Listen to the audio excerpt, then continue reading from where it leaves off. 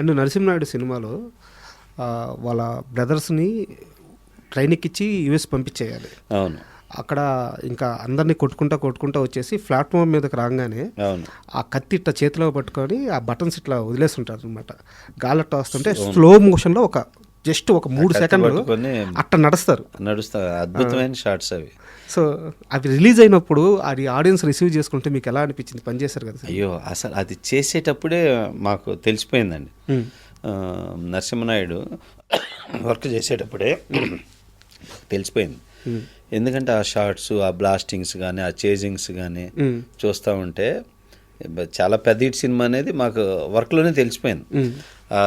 Araku railway స్టేషన్లో గుద్దుకుంటా railway ప్లాట్ఫామ్లోకి రావటం, సుమోలు first time అట్లా రైల్వే ట్రాక్ మీదకి రావటం బళ్ళు అలా చేయటం కానీ, అన్ని సుమోలతోటి చేజింగ్ కానీ, బాలయ్య బాబు వస్తుంటే అలా కత్తులు కింద పడిపోయి ఒక్కొక్కరు బ్యాక్ వెళ్ళటం కానీ, ఇవన్నీ బిల్డప్స్ అన్నీ అద్భుతం అనమాట ఆ సినిమా. తర్వాత మీరు అన్న కత్తి పట్టుకొని ఫ్యామిలీని సేవ్ చేసి వెళ్ళే ఎపిసోడ్ కొత్త వలస రైల్వే స్టేషన్లో చేసాం. ఆ ఎపిసోడ్లో అయితే బాలయ్య బాబు ఆ కత్తి పట్టుకొని ఆ ఫ్యామిలీని సేవ్ చేసుకుంటూ తీసుకెళ్ళేదైతే అద్భుతమైన సినిమాని అలా ఉడికిచ్చింది ఆ ఎపిసోడ్. సినిమా అంతా చాలా అద్భుతంగా అలా జరిగింది.